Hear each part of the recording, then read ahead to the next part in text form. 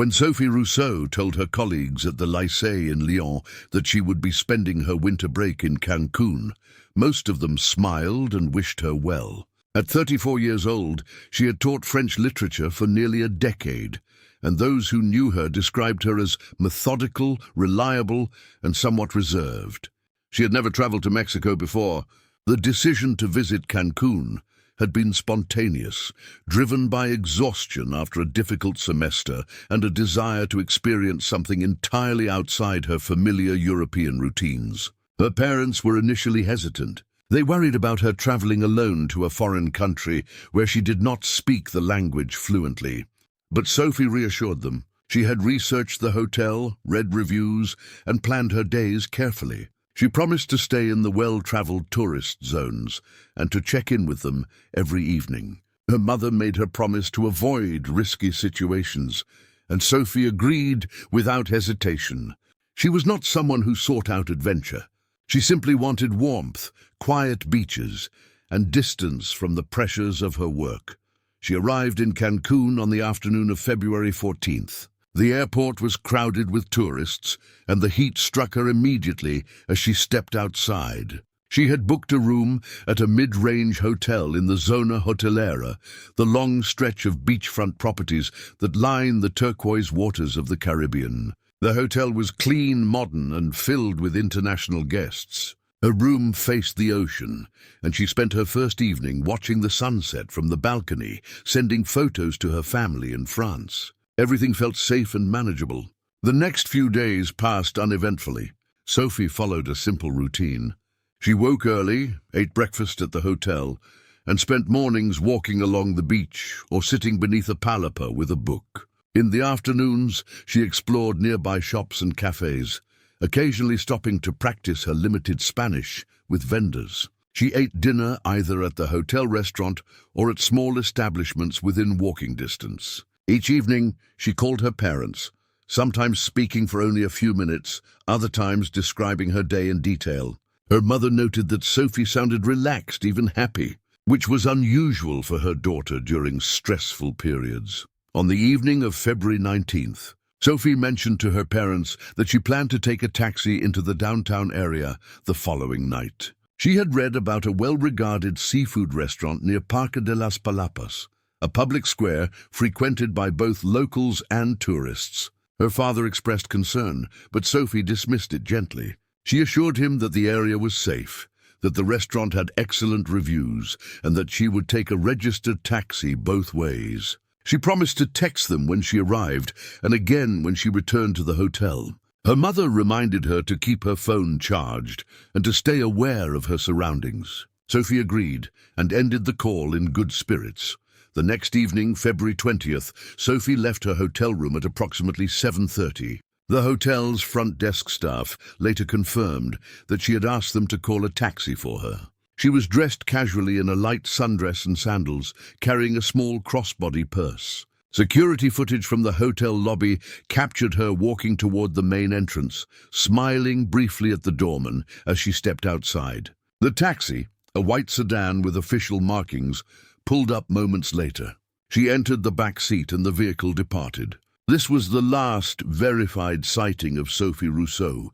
She did not arrive at the restaurant. Staff at the establishment confirmed that no reservation had been made under her name, and no one matching her description had been seen that evening. By 10 o'clock, her parents in France began to worry. Sophie had not sent the promised text message confirming her arrival. Her mother tried calling her phone repeatedly, but each attempt went straight to voicemail.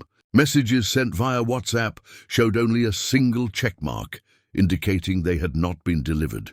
Her father contacted the hotel directly, asking staff to check her room. They confirmed that she had not returned. Hotel management reviewed their security footage and verified that she had left the property hours earlier, but had not come back. By midnight, her parents contacted the French consulate in Cancun, and consular officials in turn reached out to local authorities. A missing person report was filed with the Fiscalía General del Estado de Quintana Roo, the state prosecutor's office responsible for investigating serious crimes in the region. Officers arrived at the hotel early the following morning. They interviewed the front desk staff, reviewed the footage of Sophie's departure, and collected details about the taxi she had entered. The doorman remembered the vehicle and provided a partial description, but he had not recorded the license plate number. Investigators noted that registered taxis in Cancun are required to display identification numbers, but the angle of the security camera had not captured this detail clearly. The investigation began with a significant disadvantage. There was no clear record of where the taxi had gone, no indication of whether Sophie had ever reached her intended destination, and no communication from her since she had left the hotel. For her family in Lyon, the silence was unbearable. Her father took emergency leave from his work and boarded a flight to Mexico. Her mother remained in France, coordinating with the consulate and maintaining contact with Mexican authorities. Friends and colleagues in Lyon began organizing appeals on social media, sharing Sophie's photograph and details of her disappearance. The image that circulated most widely showed her smiling in front of a bookshelf, her expression calm and approachable. It was difficult to reconcile that image with the reality that she had vanished without a trace. The initial response from local authorities was professional but cautious. Cancun receives millions of tourists each year, and while the city has made significant efforts to protect visitors, cases of missing persons are not uncommon.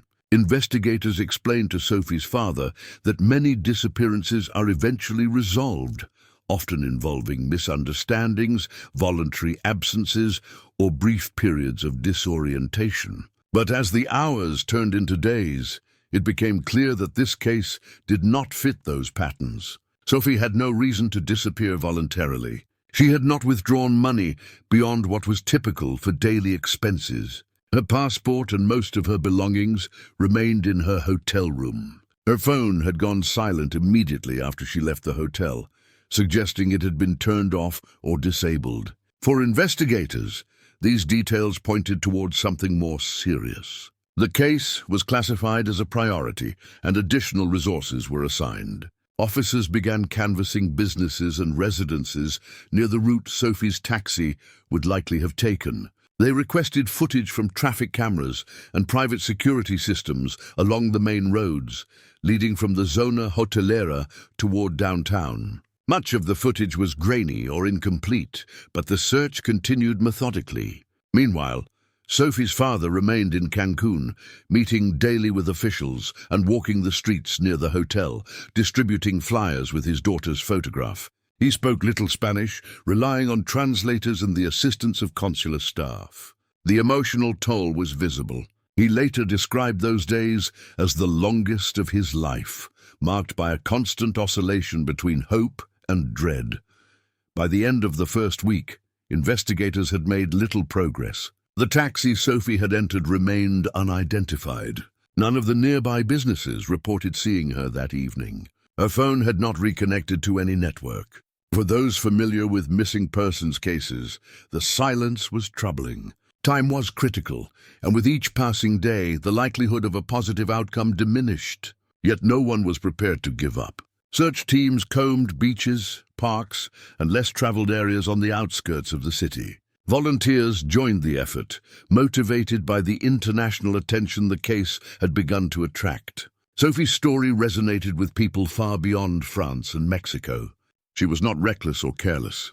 She had taken reasonable precautions, and yet in a single evening she had disappeared completely. The case became a stark reminder of the vulnerabilities that even cautious travelers face in unfamiliar places. The investigation into Sophie Rousseau's disappearance had reached a frustrating standstill by the 9th day. Detectives assigned to the case had exhausted the most obvious leads. Traffic camera footage from the night of February 20th had been reviewed in exhaustive detail, but the white taxi Sophie entered remained unidentified. The vehicle had turned onto Avenida Kukulkan, heading west, but within minutes it disappeared from view, either taking a side street or blending into the heavy evening traffic. Without a clear license plate or taxi identification number, investigators could not trace the driver. Efforts to locate the vehicle through the city's registered taxi database yielded hundreds of potential matches, but none could be definitively linked to the hotel pickup that evening. Sophie's father, Jean-Luc Rousseau, had remained in Cancun throughout the ordeal. Each morning, he met with officials at the prosecutor's office, pressing them for updates. Each afternoon, he walked the streets of the Zona Hotelera and downtown areas, showing his daughter's photograph to shopkeepers, restaurant staff, and passers-by. Most people shook their heads sympathetically. A few claimed to have seen someone who resembled her, but the leads invariably led nowhere. The emotional strain was becoming unbearable. He had taken to sleeping only a few hours each night, waking repeatedly to check his phone for messages that never came. The French consulate assigned a liaison to assist him, and the individual accompanied him to meetings, helped with translation, and provided what emotional support was possible. But nothing could replace the absence of concrete answers. Back in Lyon, Sophie's mother had organized a social media campaign that spread across Europe and Latin America. The hashtag #FindSophieRousseau began trending in France, and news outlets picked up the story. Journalists described her as a dedicated teacher, a thoughtful daughter, and a cautious traveler who had taken every reasonable precaution. The narrative struck a chord with readers. This was not a story of reckless behavior or poor judgment. It was a story of an ordinary person who had vanished despite doing everything right. The international pressure brought additional resources to the investigation. The Fiscalia assigned more personnel to the case, and federal authorities offered technical support. But resources alone could not solve the fundamental problem. Without a clear trail, investigators had no direction to follow. On the afternoon of the 10th day, the situation changed abruptly. The shift did not come from traditional investigative work, but from an unexpected technical event. Sophie's phone, which had been silent since the night she disappeared, suddenly registered activity. The first indication came from her mother in Lyon. She had been obsessively checking Sophie's WhatsApp account multiple times each hour, hoping for any sign of life. At approximately 2:15 in the afternoon, Mexican time, she noticed something that made her heart race. Sophie's profile showed online for less than 30 seconds before going dark again. A message her mother had sent days earlier, which had remained undelivered with only a single grey checkmark, suddenly displayed 2 blue checkmarks, indicating it had been received and read. In the family group chat, a small photo thumbnail appeared briefly, suggesting data had synced with the account. The timestamp corresponded exactly to the moment the account had become active. Sophie's mother immediately called the consulate in Cancun, barely able to speak through her tears. She explained what she had seen and sent screenshots as proof. Consular officials contacted the lead investigator, Detective Marco Salinas, who had been overseeing the case since its early days. Salinas recognized the significance instantly. If Sophie's phone had connected to a network, it meant the device had been powered on, either intentionally or accidentally. More importantly, it meant the phone's location could potentially be traced. He moved quickly, bypassing standard bureaucratic channels to request emergency assistance from the telecommunications company. Mexican law allows authorities to access cell tower data in cases involving missing persons and suspected crimes, but the process typically requires formal judicial authorization. Given the urgency and international attention surrounding the case, the request was expedited. Within 2 hours, the telecommunications provider confirmed that Sophie's phone had briefly connected to the network at 14:13 local time. The signal had registered to a cell tower located in Region 94, a densely populated residential area several kilometers west of the Zona Hotelera. This neighborhood was far removed from the tourist corridors. It was a working-class area characterized by modest concrete homes, narrow streets, and small family-owned businesses. The connection had lasted less than 45 seconds before the phone went offline again, but it was enough to establish a general location. The tower's coverage radius encompassed approximately 6 square blocks, a manageable area for a thorough search. Detective Salinas assembled a team immediately. He briefed officers on the situation, emphasizing the need for discretion and thoroughness. The operation would involve systematic door-to-door inquiries, asking residents if they had seen anything unusual or if they possessed any knowledge of a foreign woman matching Sophie's description. Salinas was aware that the neighborhood's residents might be wary of police presence. Region 94 was not a high-crime area, but it was not wealthy either, and interactions between residents and authorities were often marked by mutual suspicion. He instructed his team to approach the task with sensitivity, explaining the humanitarian nature of the search and the international concern surrounding the case. The team deployed late that afternoon. Officers moved methodically, knocking on doors, speaking with residents on the street, and checking small shops and corner stores. Most people were cooperative but had little to offer. Some expressed sympathy upon hearing about the missing French teacher. Others seemed uncomfortable with the police presence and answered questions curtly before closing their doors. As the sun began to set, the search continued under streetlights, with officers using flashlights to navigate the uneven sidewalks and narrow alleyways that characterized the neighborhood.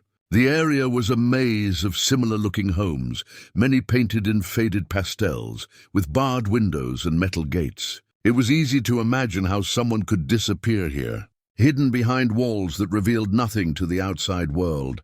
By early evening, officers reached a small house near the end of Calle Jazmin, a quiet side street lined with mango trees. The property stood out for its state of disrepair.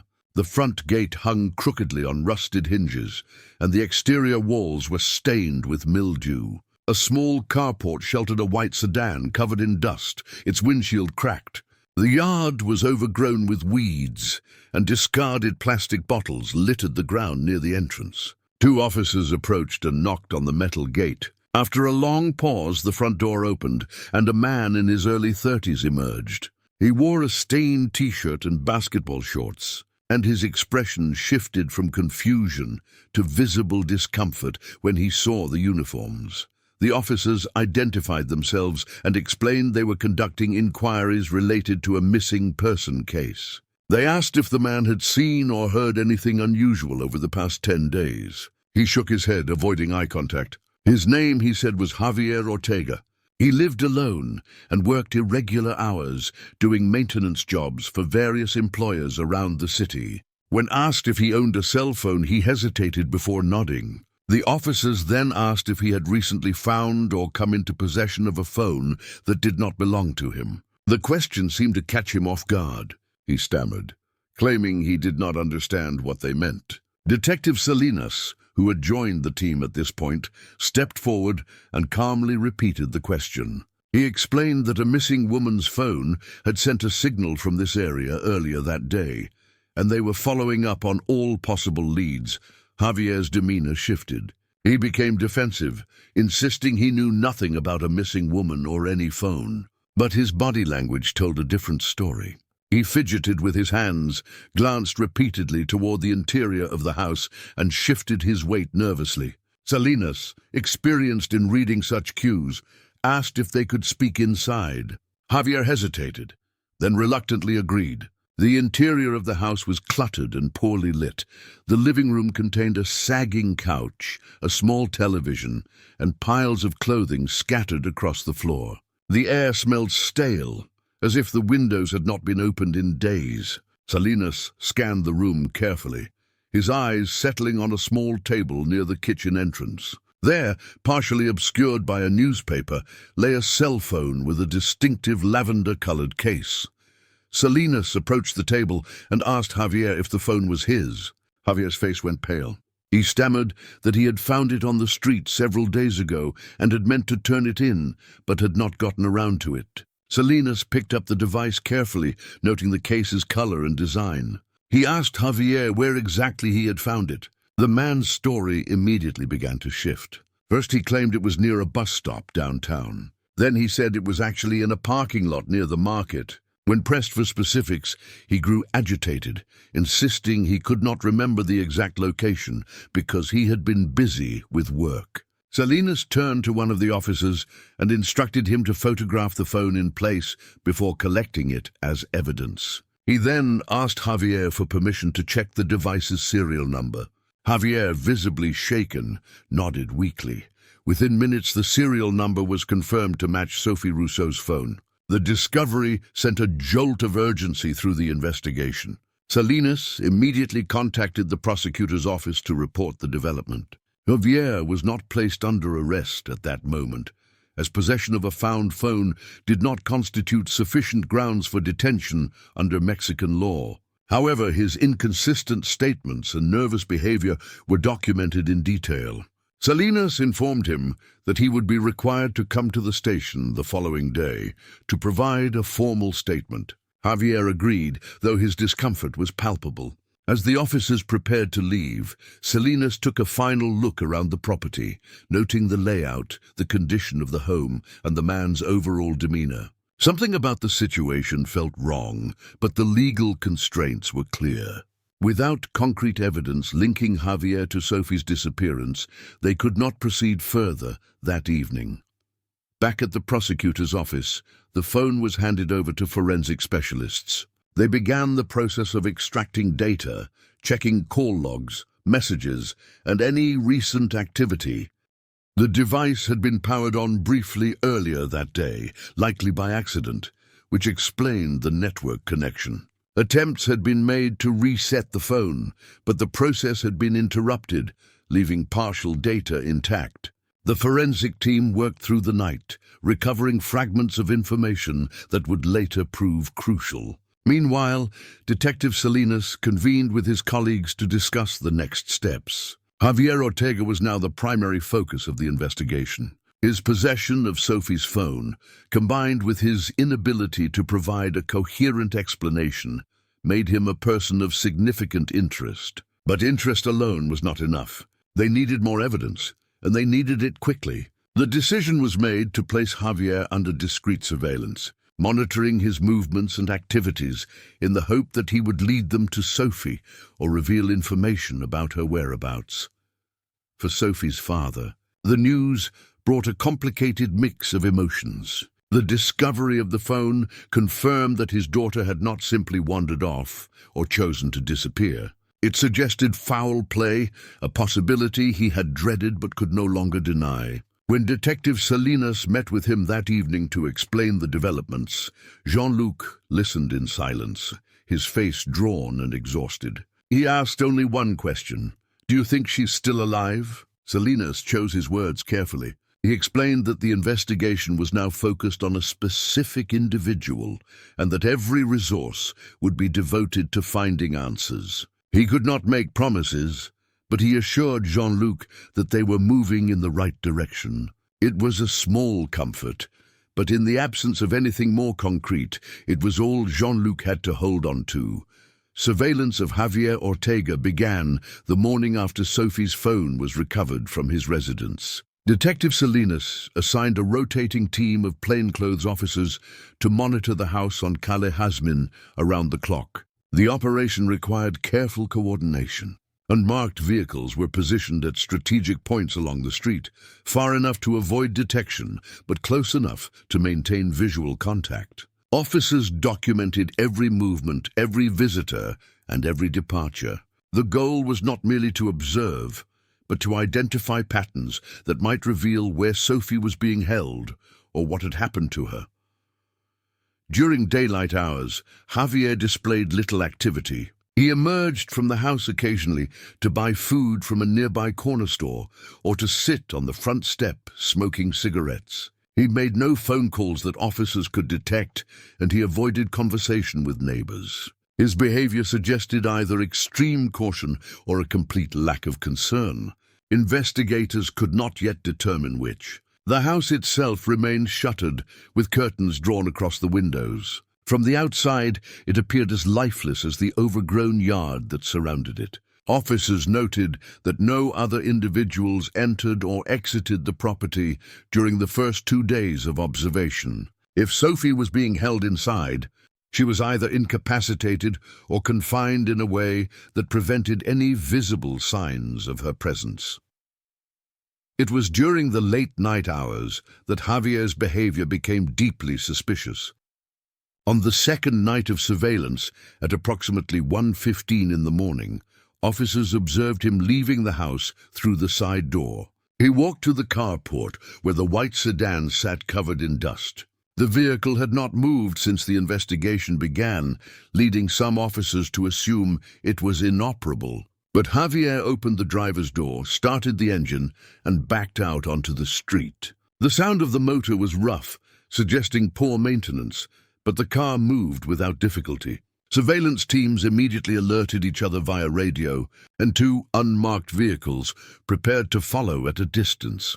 Javier drove slowly through the empty streets of Region 94, making several unnecessary turns as if checking whether he was being followed. Officers maintained careful distance, allowing other vehicles to pass between them when possible. The route led away from residential areas and toward the industrial outskirts of Cancún, a zone characterized by warehouses, auto repair shops, and abandoned commercial properties. The contrast between the bustling tourist beaches and this neglected part of the city was stark. Here the streets were poorly lit, the buildings showed signs of decay, and the few people visible at this hour appeared to be engaged in activities best left unquestioned. After nearly 30 minutes of driving, Javier turned onto a dirt road that ran parallel to a chain-link fence. The fence enclosed a large lot filled with rusted shipping containers and dilapidated structures. At the far end of the lot stood a warehouse, its corrugated metal walls streaked with rust and graffiti. The building had clearly been abandoned for years. Broken windows gaped like empty eye sockets, and sections of the roof had collapsed inward. Javier drove through an open gate and parked near a side entrance to the warehouse. He sat in the car for several minutes, scanning his surroundings, before finally stepping out. He carried a plastic bag in one hand and a flashlight in the other. He approached the entrance, unlocked a padlock that secured the metal door, and disappeared inside. The surveillance team held position outside the fence, documenting everything with cameras equipped for low-light conditions. Officers noted the time, the vehicle's license plate, and the precise location. They radioed Detective Salinas, who was coordinating the operation from the prosecutor's office. Salinas instructed them to maintain observation, but not to approach. The legal situation was delicate.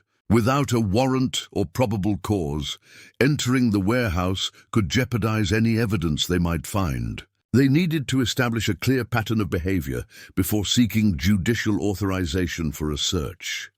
Javier remained inside the warehouse for nearly 2 hours. Officers watching from the perimeter saw faint light moving behind the broken windows, suggesting he was using the flashlight to navigate the interior. No sounds emerged from the building, and no other individuals arrived. At approximately 3:30, Javier exited through the same door, locked the padlock behind him, and returned to his car. He drove back to Region 94, parked in his carport, and entered his house. The entire excursion had lasted just over 3 hours. Surveillance teams noted every detail and prepared their reports for morning review. The following night, the pattern repeated. Javier left his house at nearly the same time, drove the same route, and spent approximately 2 hours inside the warehouse before returning home. On the third night, the routine remained unchanged.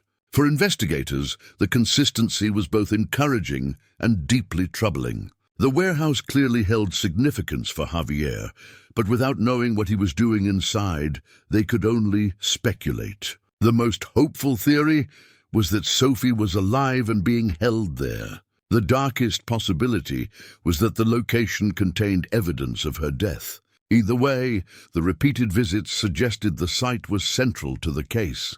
Detective Salinas met with prosecutors to discuss the next steps. They reviewed the surveillance logs, the photographs of the warehouse, and the timeline of Javier's movements. The evidence was circumstantial but compelling. Javier had possession of Sophie's phone, could not explain how he obtained it, and was now visiting an abandoned warehouse in the middle of the night with suspicious regularity. Prosecutors agreed that this constituted sufficient grounds to seek a judicial order authorizing entry and search of the warehouse. The request was filed with urgency, citing the risk to Sophie's life if she was indeed being held at the location. A judge reviewed the case file and granted authorization within hours. Preparations for the operation began immediately. A tactical unit specializing in high-risk entries was assembled. Officers were briefed on the warehouse layout based on satellite imagery and observations from the surveillance team. Medical personnel were placed on standby in case Sophie was found alive and required immediate care. The operation was scheduled for the following night, timed to coincide with Javier's expected visit. The plan was to allow him to enter the warehouse as usual, then move in quickly to secure the site and prevent any attempt to flee or destroy evidence. Sophie's father was not informed of these developments. Salinas made the difficult decision to withhold details until the operation was complete. The risk of raising false hope only to discover the worst was too great. Jean-Luc had been waiting in Cancun for nearly 2 weeks, his life suspended in a state of agonizing uncertainty. Salinas knew that the next 24 hours would either bring resolution or deepen the tragedy. There was no middle ground. As the tactical team conducted final checks on their equipment, Salinas reviewed the case file one more time. He thought about the young French teacher who had come to Cancun seeking nothing more than rest and sunlight. He thought about the taxi she had entered, the phone that had gone silent, and the man who now held the key to her fate. The investigation had moved from a desperate search to a focused operation targeting a single individual and a single location. Everything now depended on what they would find inside that warehouse. The wait was almost over. The operation commenced at 12:45 on the morning of March 5th, 15 days after Sophie Rousseau disappeared. The tactical unit assembled at a staging area 2 kilometers from the warehouse, their vehicles positioned out of sight behind an abandoned gas station. Detective Salinas coordinated with the team leader, reviewing the entry plan one final time. The objective was clear: secure the building, locate any evidence related to Sophie's disappearance, and apprehend Javier Ortega without incident. Medical personnel waited in an ambulance parked nearby, ready to respond immediately if Sophie was found alive.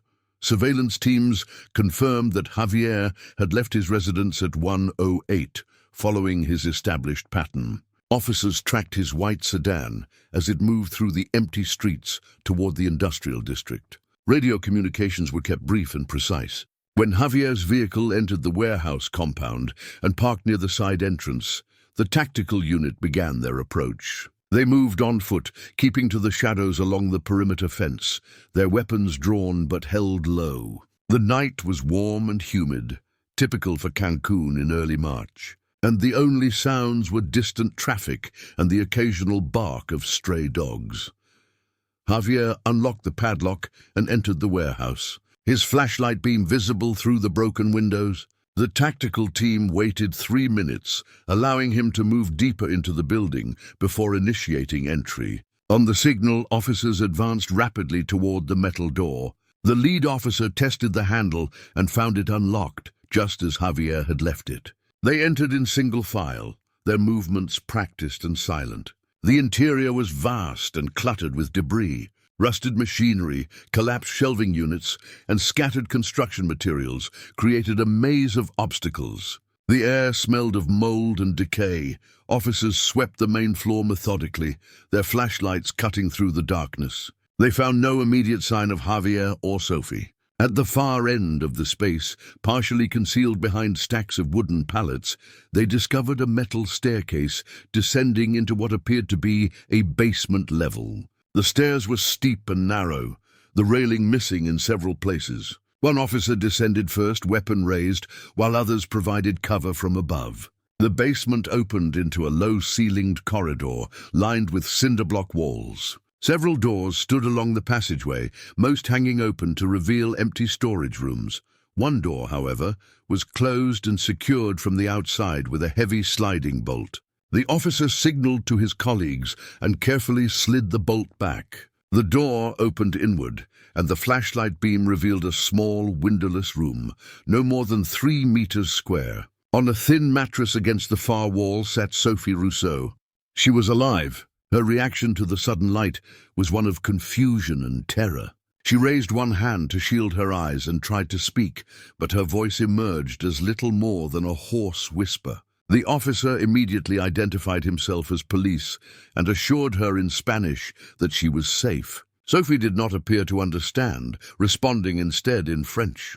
Another officer who spoke basic French stepped forward and repeated the assurance. The relief that washed over her face was visible even in the dim light.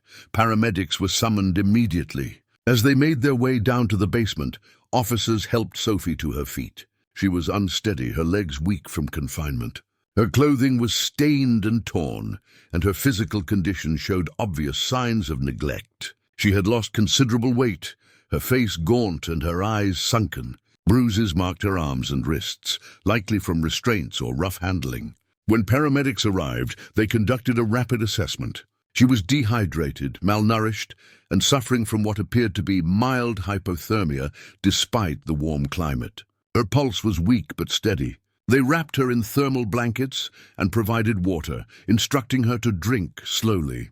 While medical personnel attended to Sophie, other officers continued sweeping the basement. They found Javier in an adjacent storage room, crouched behind a stack of cardboard boxes. He offered no resistance when ordered to stand and place his hands behind his head. Officers secured him with handcuffs and escorted him toward the stairs. His expression remained blank, devoid of emotion, as if the situation were happening to someone else. When he passed the room where Sophie was being treated, she turned away, unwilling to look at him. One of the paramedics noted her reaction and gently redirected her attention, speaking softly in an attempt to calm her. Sophie was carried up the stairs on a stretcher, the basement's narrow dimensions making the process difficult. Once outside, she was placed in the ambulance, and the vehicle departed immediately for a private hospital in the Zona Hotelera.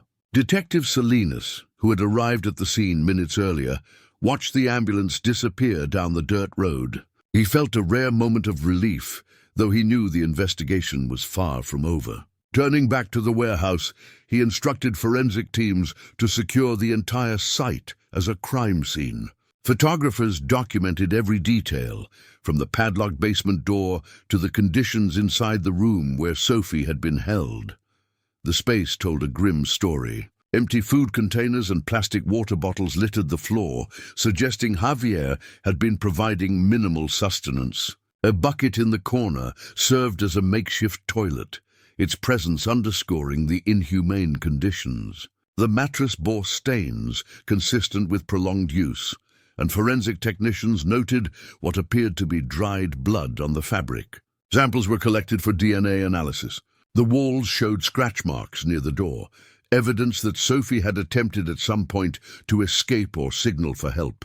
Officers also discovered a length of rope and a roll of duct tape stored in a cabinet, items that suggested premeditation and preparation. Javier was transported separately to the prosecutor's office for interrogation. During the drive, he remained silent, staring out the window with the same detached expression. Upon arrival, he was processed and placed in an interrogation room. Detective Salinas allowed him to sit alone for 30 minutes before entering. The technique was deliberate, designed to increase psychological pressure. When Salinas finally sat down across from him, he placed Sophie's phone on the table between them. He asked Javier to explain once again how he had come into possession of the device. Javier repeated the same story about finding it on the street, his voice flat and unconvincing. Salinas then informed him that Sophie Rousseau had been found alive in the warehouse. Javier's expression flickered briefly, a momentary crack in his facade, before returning to blankness. Salinas asked if he had anything to say. Javier shook his head. The detective leaned forward and explained that the evidence against him was overwhelming. Forensic teams were processing the warehouse. Sophie would provide testimony, and the phone records would establish a clear timeline. Cooperation, Selena suggested might be his only option. Javier looked down at his hands and said nothing. The interrogation continued for 2 more hours, but Javier offered no explanation, no confession, and no remorse. He simply sat in silence, as if waiting for the process to conclude. At the hospital, Sophie was undergoing a full medical examination. Doctors confirmed dehydration, malnutrition, and multiple contusions, but no life-threatening injuries. Psychologically, however, the trauma was severe. She spoke little, answering questions with single words or brief phrases. When asked what had happened, she closed her eyes and shook her head, unable or unwilling to revisit the ordeal. Medical staff noted that such reactions were common among victims of prolonged captivity. They recommended psychiatric evaluation and ongoing support. The French consulate dispatched a representative to the hospital, and arrangements were made to contact her family in Lyon. Jean-Luc Rousseau received the call at 4:30 in the morning. Detective Salinas delivered the news personally, his voice careful and measured. Sophie was alive. She had been found and was receiving medical care. Jean-Luc collapsed into a chair, sobbing openly, overcome by relief and exhaustion. He asked when he could see her. Salinas explained that doctors wanted to stabilize her condition first, but he would be allowed to visit within hours. For the first time in 15 days, Jean-Luc allowed himself to believe the nightmare might truly be over. Jean-Luc Rousseau arrived at the hospital shortly after sunrise. A consulate representative accompanied him through the corridors, explaining that Sophie was stable, but emotionally fragile. The medical staff had sedated her lightly to help her rest, and she was only now beginning to wake. When Jean-Luc entered the private room, he found his daughter sitting upright in bed, staring blankly at the wall. Her face was pale and drawn, her hair matted, and her hands trembled slightly as they rested on the white sheets. The moment she saw him, her composure shattered. She began to cry, deep sobs that shook her entire body. Jean-Luc crossed the room quickly and embraced her, holding her tightly as she repeated the same phrase over and over in French. "I thought I would never see you again." They remained that way for several minutes, neither speaking beyond broken reassurances. When Sophie finally pulled back, she tried to explain what had happened, but the words came in fragments. She described waiting for the taxi that night, seeing the white sedan approach, the driver asking if she needed a ride to downtown. She said she hesitated but ultimately accepted, believing the vehicle to be legitimate. She remembered little of the drive itself, only that it veered away from well-lit areas. When she realized something was wrong and asked to be let out, Javier refused. He drove her to the warehouse, forced her inside at knife point, and locked her in the basement room. For days, she lost track of time entirely. He brought food and water sporadically, never speaking beyond brief commands. She tried pleading, reasoning, even screaming, but he ignored everything. The isolation became unbearable. She told her father she survived by imagining his voice, by refusing to believe she would die in that place. Jean-Luc listened without interruption, his face etched with pain. When she finished, he simply held her hand and promised she would never be alone again. A psychologist assigned by the hospital entered shortly afterward and gently suggested that Jean-Luc allow Sophie to rest. Further conversations could wait. The trauma she had endured required time and professional intervention. Jean-Luc agreed reluctantly, kissing his daughter's forehead before stepping out. In the hallway, he spoke briefly with Detective Salinas, who had come to check on Sophie's condition. Salinas assured him that Javier would face the full weight of Mexican law. The evidence was substantial, and prosecutors were already building their case. That evidence was mounting rapidly. Forensic teams spent 3 full days processing the warehouse. They catalogued every item found in the basement room: the food wrappers, water bottles, mattress, rope, and duct tape. DNA samples lifted from the mattress confirmed Sophie's presence, and additional samples revealed traces of Javier's DNA on the door handle and bolt mechanism. Fingerprint analysis matched his prints to multiple surfaces throughout the basement, establishing beyond doubt that he had been the one maintaining the space and confining her there.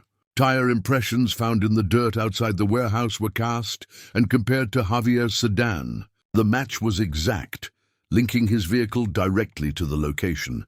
Investigators also examined Sophie's phone in greater depth. Forensic analysts recovered deleted files, including attempts Javier had made to factory reset the device. The process had been interrupted multiple times, likely due to his unfamiliarity with the phone's security features. During one of these attempts, the phone briefly connected to the cellular network, sending the signal that ultimately led police to his residence. Digital evidence showed the phone had last been used on the night of February 20th, shortly after Sophie entered the taxi.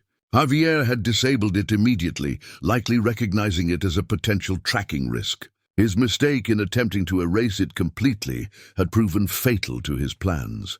Javier's own electronic devices yielded further incriminating material. His laptop contained search history entries made in the days following Sophie's abduction.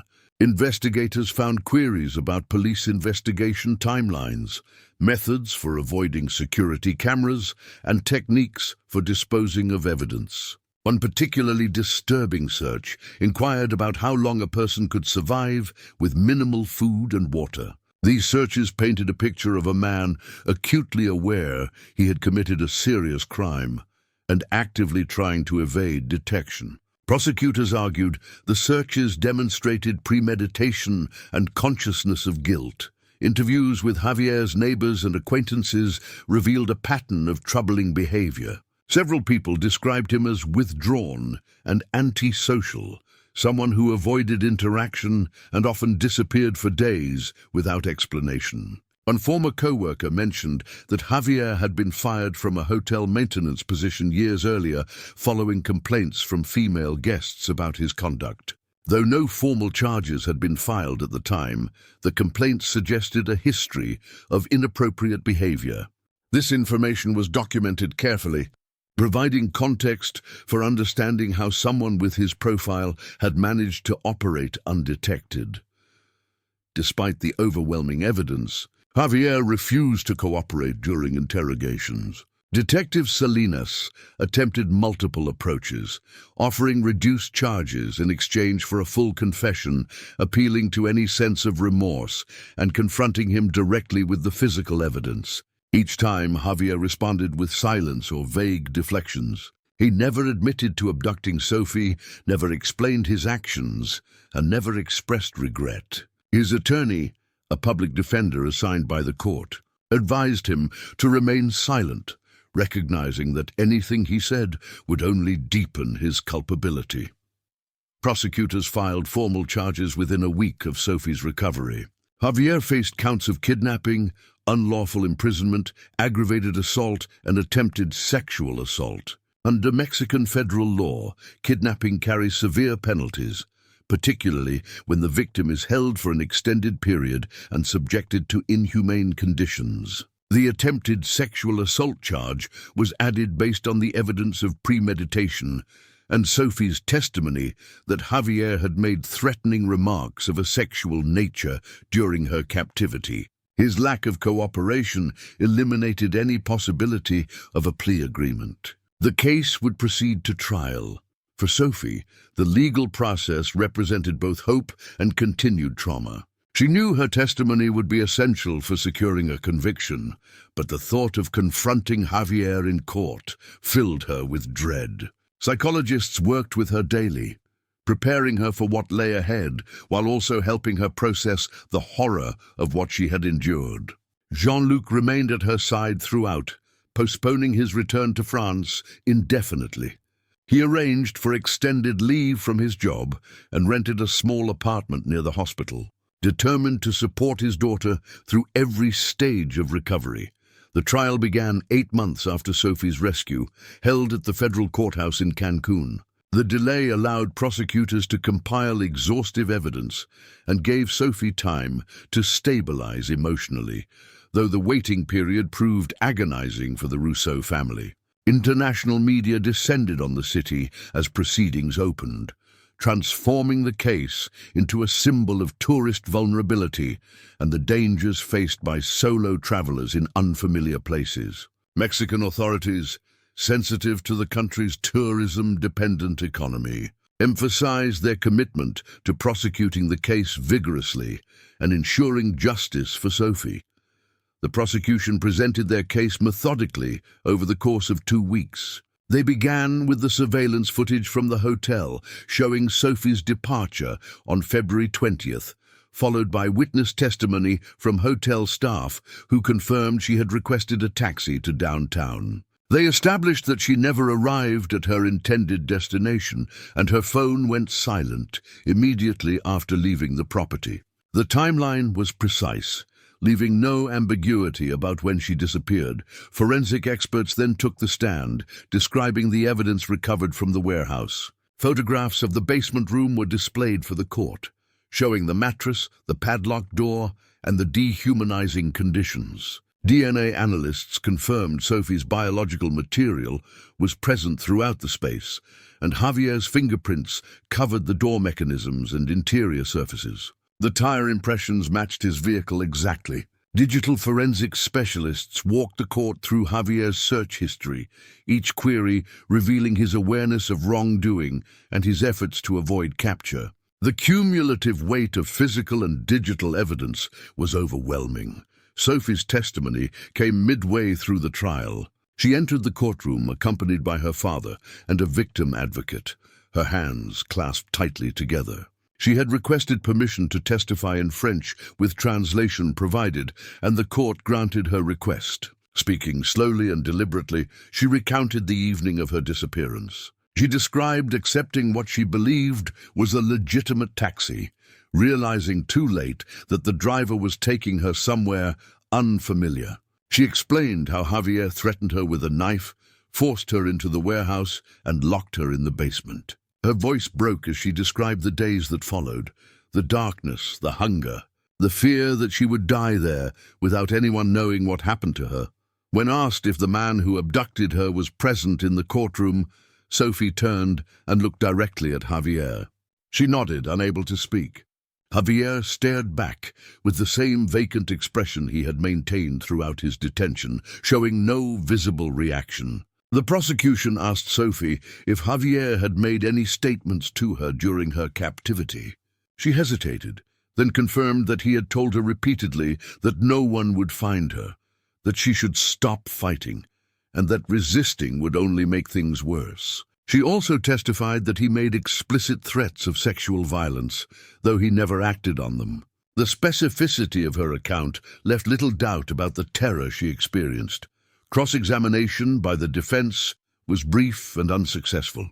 Javier's attorney attempted to suggest Sophie might have been confused about certain details due to her traumatic state, but she answered every question clearly and consistently. The defense had no evidence to counter her testimony, and their attempts to create doubt only seemed to reinforce her credibility. After less than 30 minutes, the attorney declined further questions. Additional witnesses included Detective Salinas, who walked the court through the investigation from initial report to final rescue. He described the critical moment when Sophie's phone signal led them to Javier's residence, the surveillance operation that followed, and the tactical entry into the warehouse. He testified that without the accidental activation of her phone, the investigation might never have identified Javier as a suspect. His detailed account underscored how narrowly Sophie had escaped permanent disappearance. The defense called no witnesses and presented no alternative theory of events. Javier's attorney argued only that the prosecution had not definitively proven intent to cause serious harm, suggesting the charges should be reduced. The argument fell flat. Prosecutors countered that holding someone captive for 15 days in inhumane conditions constituted clear intent to cause harm, regardless of whether additional violence occurred. They emphasized that Sophie's survival was due to police intervention, not Javier's restraint.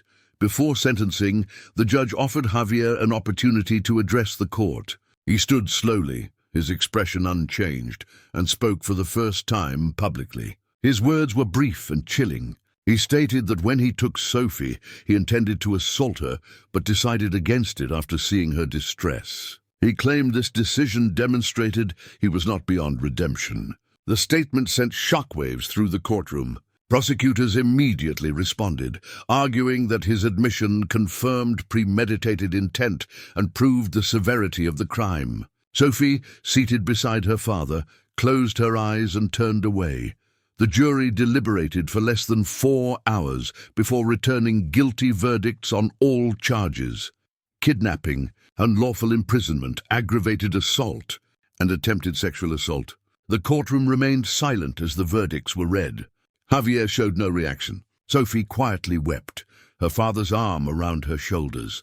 Sentencing occurred 2 days later.